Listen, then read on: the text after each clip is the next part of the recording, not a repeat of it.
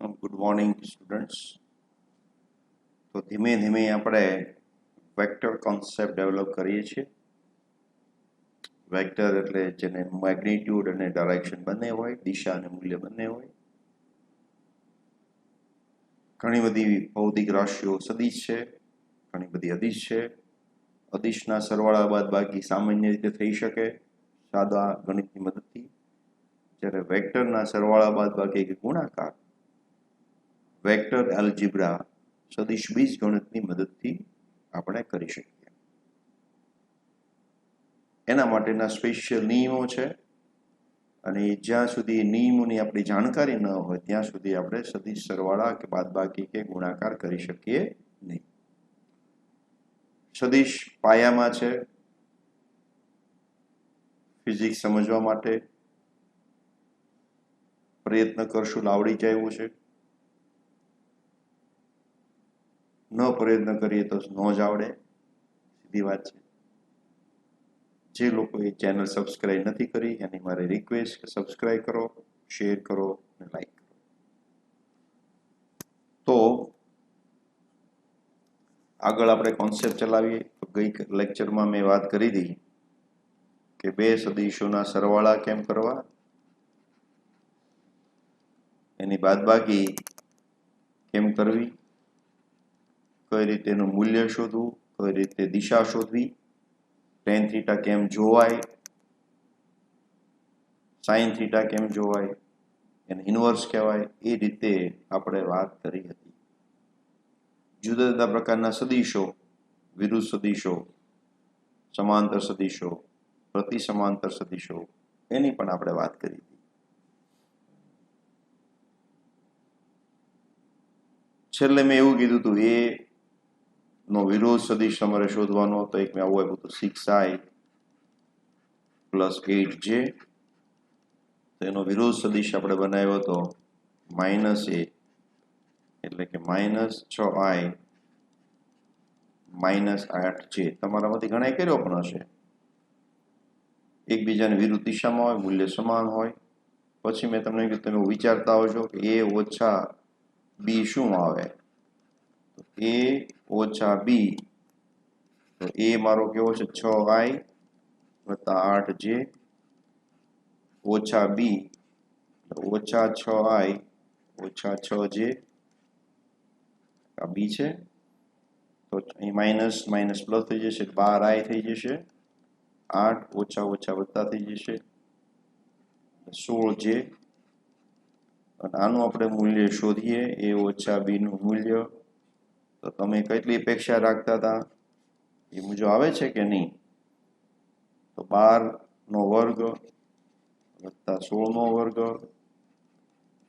એટલે કે આ 400 થશે, એટલે કે આ 20 થશે. એનું મૂલ્ય કેટલું હતું તો આપણે જોયું હતું. એનું મૂલ્ય 10 હતું, બીનું મૂલ્ય 10 હતું. એટલે કે જ્યારે બેના સરવાળા કર્યા તો કેટલા આવ્યા? 20 આવ્યા. એટલે જ્યારે વિરુદ્ધ સદિશોનો સરવાળો કરો તો મૂલ્ય બમણું થઈ જાય. સદિશનો સરવાળો કેમ કરવાનો એ પણ મેં તમને કીધું હતું. ફરીવાર હું આ જે સમજાવેલી વાત આપણે એ સદિશ માટે વાત કરું. હું બેક જતો રહું થોડો. અહીંયા આગળ આ સદિશ a છે, આ b છે. તો જે આપણે સદિશોનો સરવાળાનું આપણે એક વાત કરી હતી, a વત્તા b વત્તા c, એટલે પહેલા સદિશનું ટેલ અને બીજા સદિશનું હેડ એ ભેગા કરવાના. તો અહીંયા તમે જુઓ, તમને યાદ હશે કે પહેલો સદિશ આવો હોય, પછી બીજો આવો હોય, ત્રીજો કંઈક આમ હોય. તો આ શું થાય? પરિણામી સદિશ થાય. તો પહેલા સદિશના હેડમાંથી બીજો દોર્યો, બીજાના હેડમાંથી ત્રીજો દોર્યો. તો પહેલાનું ટેલ અને છેલ્લાનું હેડ જોડો એટલે પરિણામી થાય. તો અહીંયા તમે જુઓ 0 થઈ જશે. કેમ?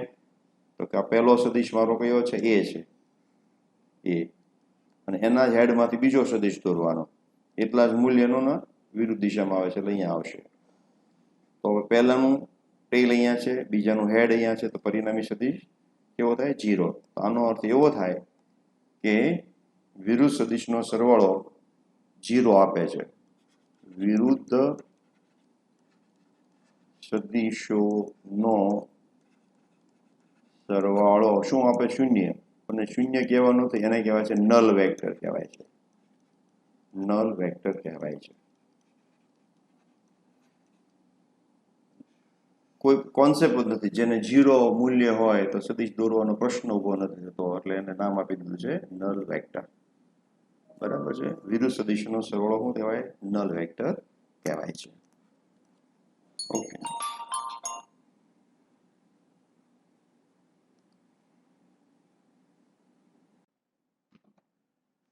હવે વિદ્યાર્થી મિત્રો, અહીંયા મેં તમને A, B, C, D, E અને F એવા જુદા જુદા સદિશો, એના મૂલ્યો દિશા સાથે આપેલા છે.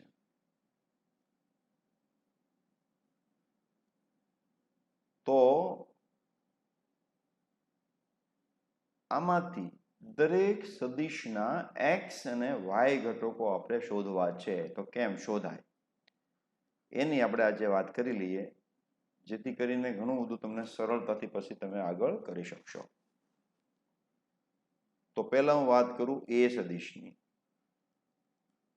સદિશ એ માટે તો અહીંયા મૂલ્ય કેટલું છે? તો એનું મૂલ્ય છે 5.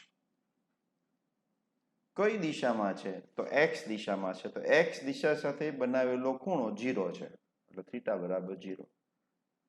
તો સૌપ્રથમ તો મને આવી ખબર પડવી જોઈએ. હવે એનું મૂલ્ય કેટલું? સોરી 5, થીટા એટલો. તો x ઘટક શોધવા માટેનું મારું સૂત્ર છે ax બરાબર a cos થીટા, એટલે કે 5 cos 0 ડિગ્રી. થીટા 0 છે, cos 0 એટલે શું થાય એ ખબર હોવી જોઈએ, એટલે 5. તો આ 5 આવી ગયું. ay બરાબર a sin થીટા, એટલે કે 5 sin 0. sin 0 એટલે 0 એટલે 0. હવે સીધું બી કરી શકાય. જો સદિશ એ x દિશામાં હોય તો y ઘટક 0 જ હોય, અને આપણે ગણતરીથી બતાવ્યું 0 છે. 0 ગણતરી ન કરો ડાયરેક્ટ, પછી લખતા શીખી જવું પડશે, કારણ કે આવી ગણતરી કરવા માટેનો આપણી પાસે સમય હોતો નથી. અત્યારે સમય છે, શીખી જશો પછી તમારે આવો સમય નહીં બરબાદ કરવાનો. જેટલું તમે યાદ રાખશો એટલી સ્પીડ વધશે. મેં એકવાર કીધું હતું કે ટેબલ પાકા કર્યા હોય તો તમે ભાગાકાર જલ્દી કરી શકો, અને નહીં ભાગાકાર કરતા આવડે ખરો પણ વાર લાગે. ગુણાકાર કરતા વાર લાગે, આવડે તો ખરું જ, પણ જો તમને ટેબલ પાકા કર્યા હોય, ઘડિયા પાકા કર્યા હોય તો જલ્દી થાય. એની જેવું છે. હવે હું બી ના આયામ શોધું છું, બી ના ઘટકો શોધું છું. બીજું છે બી. તો બી માટે એનું મૂલ્ય કેટલું છે? તો કે 20. થીટા કેટલો આપ્યો છે? 40. હવે x ઘટક ગણવો છે મારે, બી એક્સ. એ ક્યાં હશે? તો અહીંયા જોવાનું. તમારે હંમેશા હેડમાંથી લાઈન દોરવાની. જે ઘટક શોધો એની ઉપર. તો મેં ઘટક શોધો એક્સ, એટલે અહીંયા શોધ્યું, તો અહીંયા કટ થયું. તો અહીંયાથી અહીંયા સુધી જે છે, અહીંયાથી શરૂ કરીને અહીંયા સુધી એનો એક્સ ઘટક કઈ દિશામાં આવે છે?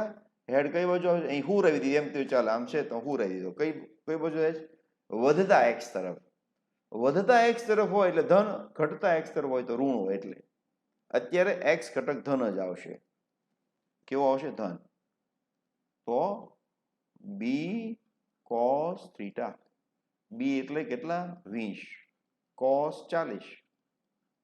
હવે મેં તમને કીધું હતું ટેબલમાંથી જોવાનું. cos 40 ની કિંમત, cos 40 ની કિંમત મારી પાસે આવે છે, કે મારી પાસે કેલ્ક્યુલેટર છે તો હું શુદ્ધ જોઈ લઉં છું. 0.7660. 0.7660. અને એને હું 2 વડે ગુણી 20 વડે ગુણી નાખું એટલે મારો જવાબ આવશે 15.32. સોરી 15.32 bx આવી ગયું. એવી રીતે by તો કે b sin θ તો કે 20 sin 40 એ કઈ જગ્યાએ આવે તો કયો ઘટક શોધીશ y તો y ઉપર લંબ દોરવાનો તો y ઉપર હું લંબ દોરું એટલે અહીંયા કટ થશે આ હેડ છે તો આ હેડ આ બાજુ આવશે તો ઉપર તરફ y ધન છે એટલે ધન જ આવશે તો બરાબર જ છે ધન જ રહેવાનું છે 20 sin 40 તો sin 40 ની કિંમત થાય છે 0.64 તો એને હું આ ગુણી નાખું તો હશે 12.85 આ આવ્યું મારું by ઘટક બરાબર. હવે c ની વાત કરીએ તો c ની વાત કરવા માટે c ની કિંમત કેટલી છે સોરી c ની કિંમત કેટલી છે નથી લખી મેં તો લખી નાખું છું વર્ગ 12 છે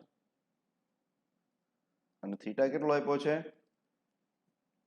હવે ખરેખર થોડુંક આગળ બીજી રીતે સમજાવીશ આ 30 x અક્ષ સાથે ઋણ અક્ષ સાથે છે એટલે ખરેખર -30 કહેવાય પણ તમે બહુ કન્ફ્યુઝ ન થાય એટલે હું થીટા 30 સાથે લઈને ગણું છું ખરેખર કોની સાથે -x સાથે છે બે રીતે ગણતરી થાય પણ હું થીટા 30 લઈને ગણતરી કરતા શીખવાડી દઉં તમને પહેલા પછી -30 થી હું શીખવાડીશ હા બે એકનું એક જ છે પણ તમે એક સાથે બે હું વાત કરીશ તો તમે પાછા કન્ફ્યુઝ થાવ એટલે હું અત્યારે 30 છે માની લો ખરેખર મારે 30 નો કહેવાય -30 કહેવાય કાંઈ વાંધો નહીં તો cx બરાબર c cos θ c એટલે 12 cos 30 ખરેખર મારે -30 મૂકવાના હોય પણ અત્યારે હું એવું નથી કરતો તો આ શું થશે 12 cos 30 ની કિંમત કેટલી થાય તો cos 30 ની કિંમત થાય છે √3/2 અને હું સીધું લખી નાખું છું cos 30 ની કિંમત 0.87 જેવું થશે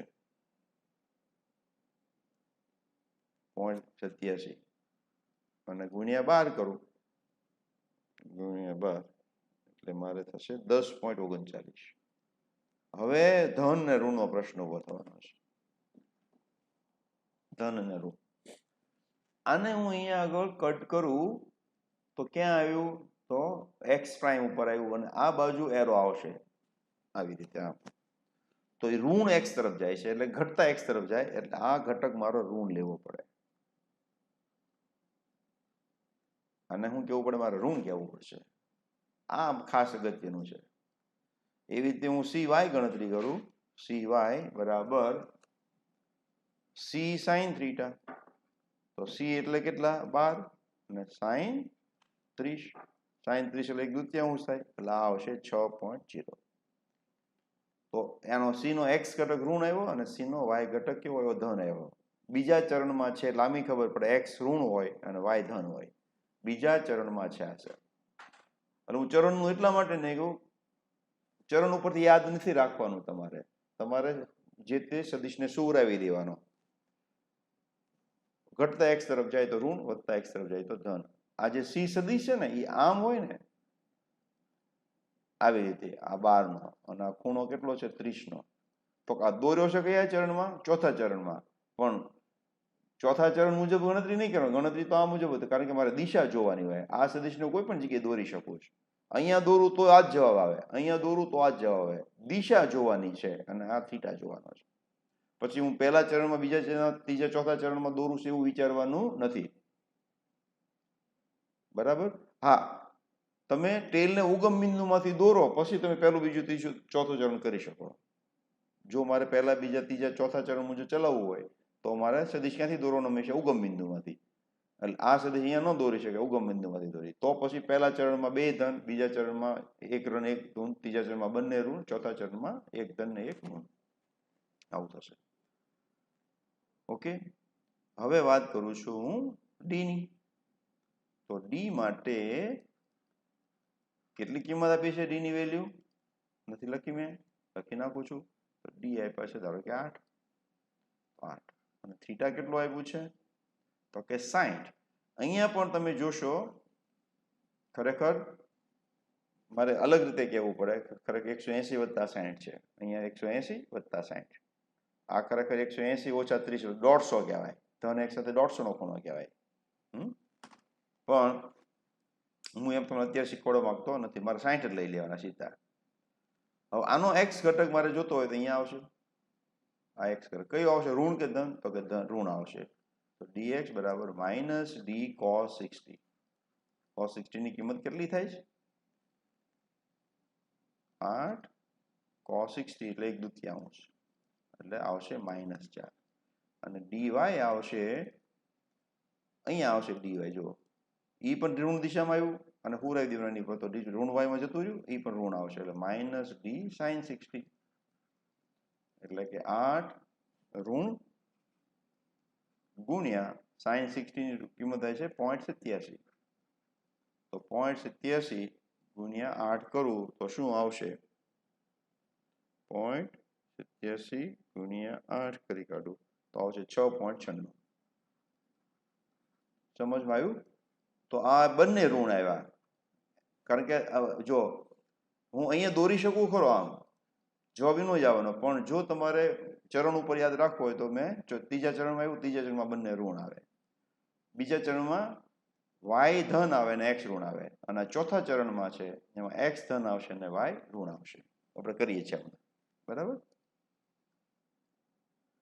હવે વાત કરું ઈની કિંમત મેં કેટલી આપી છે, 8. તો હવે હું ગણતરી ન કરું અને એક્સ ઘટક ને વાય ઘટક કરવું હોય તો કોઈને આઈડિયા આવી જશે. મેં થોડુંક તમને હિન્ટ આપી હતી, ઈ એક્સ અને ઈ વાય મારે શોધ, એની કિંમત કેટલી છે, 8, અને થીટા કેટલો કહેવાય, તો કે થીટા 270 કહેવાય અને 90 પણ કહેવાય, બે રીતે કહી શકાય. આથી ગણી તો 270, અહીંથી ગણી તો 90, અહીંથી ગણી તો 90. હવે આને ગણવો કેમ, બરાબર. તો અહીંયા તમે જોશો કઈ દિશામાં છે, માઇનસ વાય દિશામાં, એટલે કે એને વાય દિશાનો ઘટક આવશે, એક્સ દિશાનો ઘટક નહીં આવે. આને કયા દિશાનો ઘટક આવ્યો હતો, એક્સ દિશાનો, વાય દિશાનો નહોતો. કઈ એક્સ ધન હતું કે ઋણ, તો કે તમે જુઓ ધન જ આવ્યું હતું, વાય ઘટક એનો 0 હતો. તો હું આનું ડાયરેક્ટ એમ લખી શકું, 8 જેટલો વાય ઘટક આવશે. અહીંયા કેટલો 5 હતો ને, અહીંયા જો 5 છે તો 5 જ આવ્યા કે એક્સ ઘટક, જે દિશામાં હોય ઈ ઘટક હોય, જે દિશામાં ન હોય ઈ ઘટક ન હોય. અહીંયા કઈ દિશામાં છે, તો કે વાય દિશામાં છે. વાય ધન કે ઋણ, તો કે ઋણ.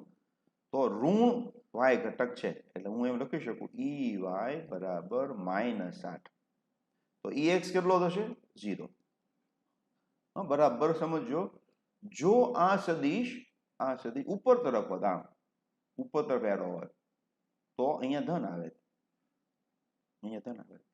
જો આ સદિશ આ બાજુ હોત તો એને એક્સ ઘટક હોત અને ઋણ હોત, સમજાણું? જો અહીંયા હોત તો હું એક્સ ઘટક હોત ને કેવો હોત, ઋણ હોત, તો અહીંયા મારા અહીંયા -8 મૂકવું આપણે, પણ એવું નથી, એટલે એક્સ ઘટક એનો 0 અને વાય ઘટક -8. અને હવે હું વાત કરું એફ ની, કેની વાત કરું, એફ ની. તો એફ કેટલો થશે, જુઓ એફ નું મૂલ્ય કેટલું છે, 10, અને થીટા કેટલો 45. તો એફ નું મૂલ્ય છે 10 અને થીટા આપ્યું છે 45. ખરેખર 45 ન કહેવાય, આમથી મારે ગણવું પડે, એટલે બસ 360 ઓછા 45 થાય. પણ એ પછી હું તમને સમજાવીશ, આ ખૂણો મારે ગણવાનો એમ. તો એ કેટલો હોય, 360 માંથી 45 બાદ કરીએ એટલો. ક્લોકવાઇઝ એન્ટી ક્લોકવાઇઝ નો કોન્સેપ્ટ હોય, આ છે ક્લોકવાઇઝ 45, એન્ટી ક્લોકવાઇઝ તો 360 ઓછા 45, ઘડિયાળની દિશામાં, ઘડિયાળની વિરુદ્ધ દિશામાં. તો fx ગણી કાઢો.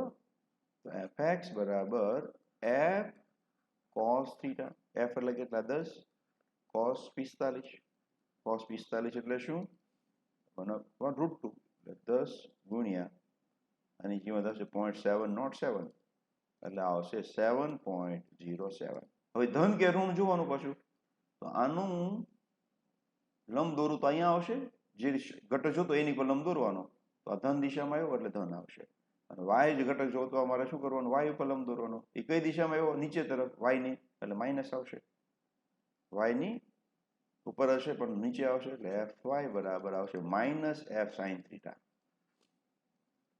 10 sin 45 sin 45 ની કિંમત પણ આટલી જ છે કેટલી 0.707 એટલે આવશે -707 તો હવે બધા સદીશો આવી રીતે મળી ગયા તો કોઈ પણ સદીશના ઘટકો આવી રીતે શોધતા તમને આવડવું જોઈએ આ એક ભાગ બન્યો કોઈ પણ દાખલાનો પછી આ બધું ક્યાં ઉપયોગ થશે ખબર આપણે જ્યારે મિકેનિક્સ ભણશું ને ત્યારે વેગ ધારો કે હોઈ શકે આ બળ હોઈ શકે પ્રવેગ હોઈ શકે સ્થળાંતર હોઈ શકે ઇલેક્ટ્રિક ફિલ્ડ હોઈ શકે ત્યારે સરવાળા જરૂર પડે બાદબાકી કરવાની જરૂર પડે ત્યારે આ કોન્સેપ્ટ તમારે કામમાં આવશે એટલે અત્યારે કરવું જરૂરી છે જ્યારે તમે ટેબલ શીખ્યા ત્યારે ખબર નહીં હોય કે આને ગુણાકારમાં કામમાં લઈશું કારણ કે તમે નાના હતા પણ હવે તમે મોટા થઈ ગયા કે કામમાં ક્યાં લઈશું તો કે બળ લગાડ્યું બીજે બળ લગાડ્યું તો ઓલા પદાર્થનું શું થાય કઈ બાજુ ખસશે કઈ બાજુ ગતિ કરશે કેટલો વેગ હશે કેટલો પ્રવેગ હશે એ બધું જાણવા માટેનો ઉપયોગ થાય એટલે બધું જાણવું બહુ જરૂરી છે ઓકે હવે ધારો કે એમ કીધું તો આ બે સદિશ મને આપ્યા હતા એ અને બી એ ને બી બે આપ્યા હોય પછી એમ કે એ વત્તા બી શોધો તો એ ના એક્સ ઘટક મળી ગયો વાય ઘટક મળી ગયો બી નો એક્સ ઘટક મળી ગયો વાય ઘટક મળી ગયો પછી આ બે નો સરવાળો એટલે પરિણામનો એક્સ ઘટક અને આ બે નો સરવાળો એટલે પરિણામીનો વાય ઘટક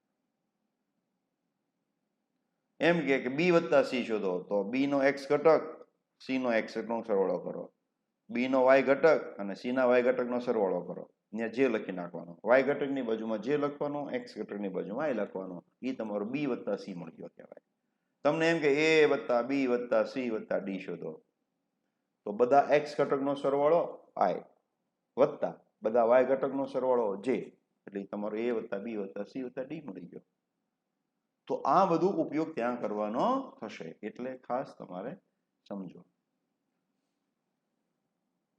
હવે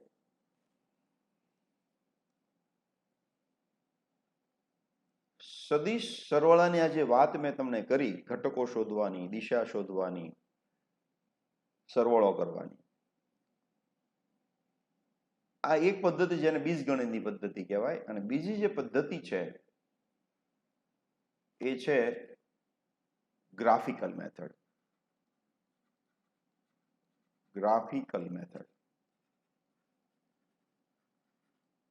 એડિશન અને સબસ્ટ્રેક્શન માટે નામ મોટું છે બાકી હેલું છે એડિશન મેથડ એડિશન માટે અને સબસ્ટ્રેક્શન માટે ગ્રાફિકલ મેથડ તો એક મારો સદિશ ધારો કે આ એ છે એ અને આ બીજો મારો બી છે આનો મારે સરવાળો કરવો છે એ અને બી નો સરવાળો કરવો છે તો કઈ રીતે થાય ગ્રાફિકલ મેથડથી તો પહેલું મારે શું કરવાનું સદિશ એ દોરો કોઈ બિંદુમાંથી સદિશ એ દોરો કોઈ બિંદુમાંથી સદિશ એ જેવો સદિશ ઓપી દોરો એટલે લખવાનું પાછું આવું એટલે હું એક બિંદુ પસંદ કરું છું એમાંથી હું આની જેવો દોરવાનો છે એટલે હું દોરું છું એનું નામ આપીશ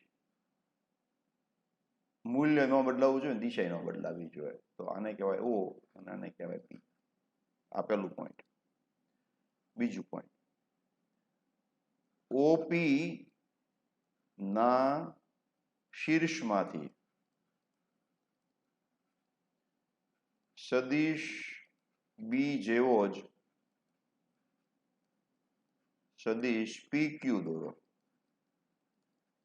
તો આમાંથી PQ દોરવાનો તો PQ દોરું છું બદલાવવો જોઈએ નહીં તો આના જેવો છે થોડો ફેરફાર એટલો કરવાની જોડ કોઈને ખબર ન પડે એટલી થઈ ગયું આને કીધું PQ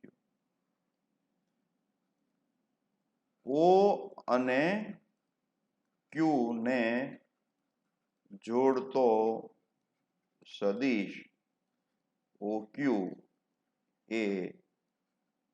એ વત્તા બી આપે છે બસ પૂરું. તો અહીંયાથી શરૂ કરીને અહીંયા, બરાબર. તો યો ક્યુ, તો આને શું કહેવાય? એ વત્તા બી. આ શું હતું? એ હતું. આ શું હતું? બી હતું. તો અહીંયા ત્રિકોણ બની ગયો, એટલે આને કહેવાય છે ત્રિકોણની રીત. બે સદીશોના સરવાળા માટે ત્રિકોણની રીત. પણ આનું વધારે તમે આગળ કરી શકો, સી દોરો તો પછી સી વધારે ઉમેરી શકાય, આગળ કરી શકાય. આ એક પદ્ધતિ ત્રિકોણ બન્યો એટલે. અથવા બીજી રીત છે સમાંતર બાજુ ચતુષ્કોણની રીત. સમાંતર બાજુ ચતુષ્કોણની રીત. તો આમાં શું કરવાનું? તો પહેલા પાછું એ દોરવાનો, તો દોરો એ, જેને આપણે નામ શું આપ્યું હતું? ઓપી. હવે આના જ બિંદુમાંથી, પહેલા જ બિંદુમાંથી મારે શું દોરવાનો? બીજો સદિશ દોરવાનો. બીજો સદિશ દોર્યો. એ કયો છે? ઓક્યુ. એટલે આ મારો એ, આ મારો બી. પહેલામાં શું હતું? અહીંયાથી દોર્યો, તેને બદલે એક જ બિંદુમાંથી બે દોરી નાખવાના. હવે સમાંતર બાજુ ચતુષ્કોણ પૂર્ણ કરવાનો. તો સમાંતર બાજુ ચતુષ્કોણ પૂર્ણ કરવાનો છે મારે. સમાંતર બાજુ ચતુષ્કોણ પૂર્ણ કરવાનો. તો સમાંતર બાજુ ચતુષ્કોણ બની ગયો. અને આ વિકર્ણ થઈ ગયો. કોણ થઈ ગયો વિકર્ણ? આ વિકર્ણ થઈ ગયો. તો વિકર્ણ જે બને છે એને આપણે પરિણામી સદિશ કહેવાય. તો પેલું પોઈન્ટ મેં શું કીધું? સદિશ એ અને બી ને એક સામાન્ય બિંદુમાંથી દોરો.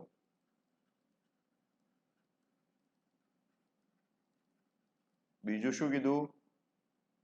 એ ને બી જેની બે બાજુ હોય તેઓ સમાંતર બાજુ ચતુષ્કોણ પૂર્ણ કરો. તો સામાન્ય બિંદુમાંથી નીકળતો વિકર્ણ એ પ્લસ બી આપે છે. ખબર પડી? તો આ બે મેથડ થઈ. અહીંયા તમે જો ખરેખર આ એક્ઝેક્ટ જો આપણે દોરીએ તો આ અને આ બે ખરખા જ આવશે. કાંઈ દિશા નહીં ફેરફાર હોય, મૂલ્ય નહીં ફેરફાર હોય. જો એક્ઝેક્ટ સ્કેલ ટુ સ્કેલ દોરીએ તો. બરાબર છે? આ આવ્યું એ વત્તા બી. હવે જો મારે એ ઓછા બી કરવું હોય તો શું કરવાનું? આ આવ્યું એ વત્તા બી, એટલે એ સદિશ બી સદિશ એ વત્તા બી. એ ઓછા બી હોય તો શું કરવાનું? તો આમાં આમાં હું દોરી નાખું છું. હું થોડું બહાર લઈ લઉં. એ ઓછા બી કરવા શું કરવાનું?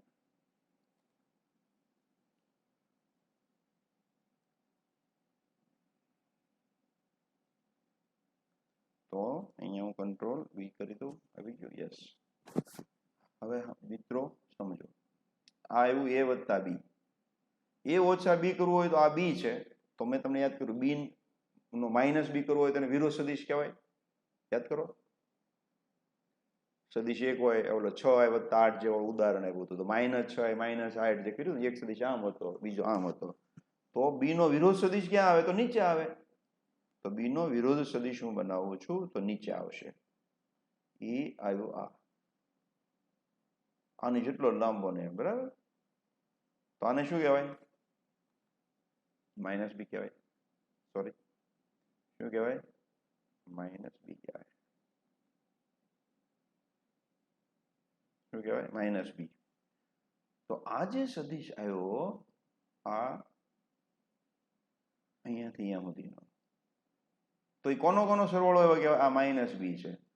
તો આ સદિશ એક છે. માઇનસ નીચેની મગજમાંથી કાઢી નાખો. ધારો કાંઈ લખ્યું, મેં સી લખ્યું છે, તો આને એ વત્તા સી કહેવાય. આ પહેલો સદિશ, એમાંથી પાછું બીજો સદિશ. તો આ શું આવ્યું? એ વત્તા સી. તો સી તો શું છે? માઇનસ બી છે. તો આને શું કહેવાય? એ ઓછા બી કહેવાય. તો આ એ ઓછા બી આવ્યું ને, એ વત્તા બી આવ્યું. ખબર પડી? આ શું આવ્યું? એ વત્તા બી. અને આ શું આવ્યું? એ ઓછા બી.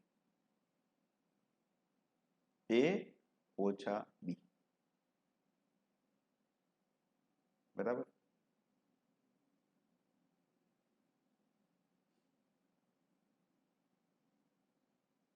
એ ઓછા બી આવ્યું.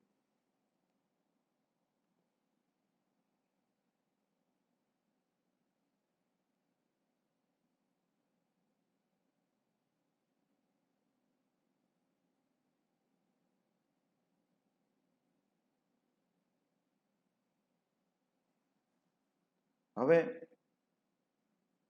આ પદ્ધતિ પછી કરી દો. સોરી, ચતુષ્કોણની પદ્ધતિ. હા, ચતુષ્કોણની પદ્ધતિથી તમે સમજાવી દો બાદબાકી કેમ કરવી. તો આ મારું ચતુષ્કોણ છે. તો હું આને ફરીવાર દોરી કાઢું છું. અહીંયા રાખું છું અને કંટ્રોલ વી. હવે બી અહીંયા છે. સદિશ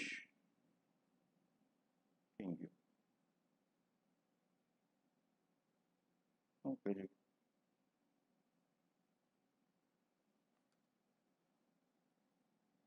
નો સેવ નથી થયું.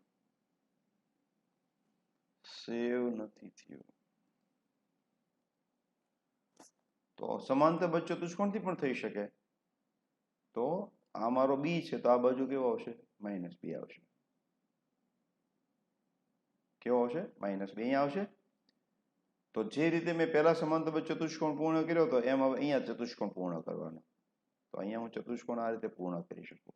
સોરી, આ રીતે પૂરો કરી શકું. હવે આ વિકર્ણ છે એ મારો શું આપશે? એ ઓછા બી આપશે.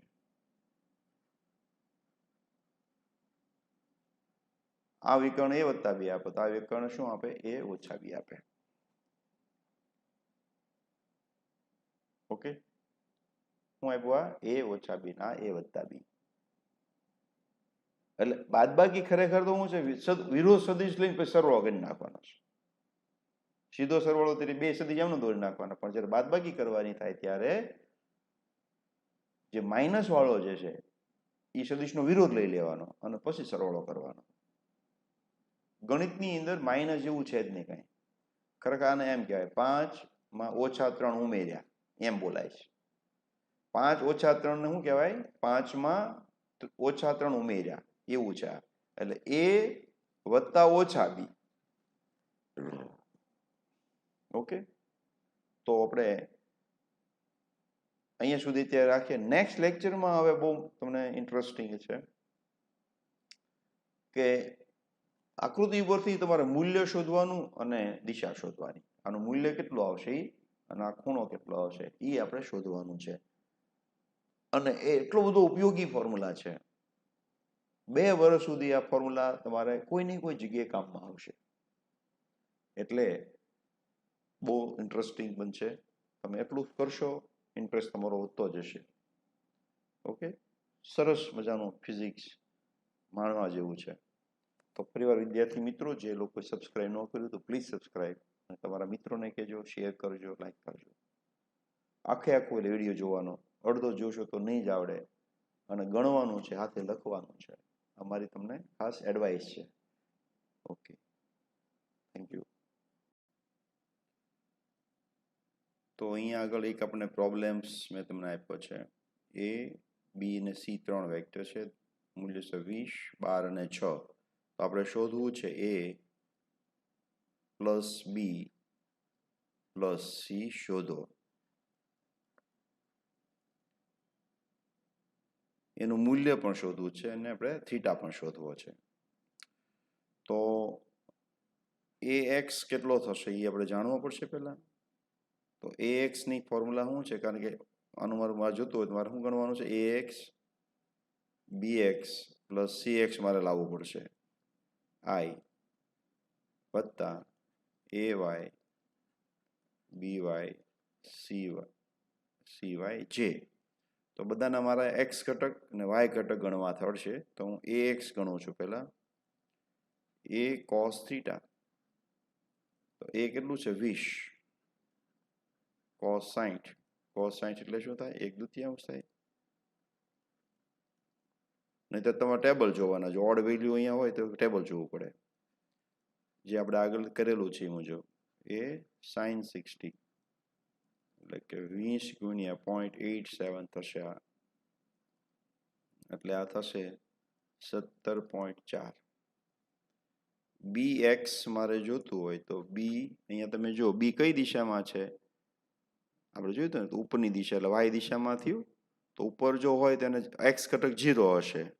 તો મારે લખવાની જરૂર નથી, હું 0 લખી જ નાખું છું. મેં તમને અહીંયા શીખવાડ્યું ઘટકો શોધવામાં, અહીંયા સીધું શીખવાડ્યું ને. આને x ઘટક હોય, y ન હોય. આને -y ઘટક હોય, x ન હોય.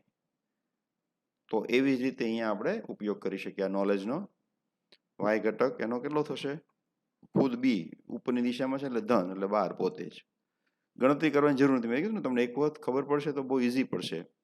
અને એવી રીતે હું c ની વાત કરું તો x ઘટક એનો કેટલો થશે?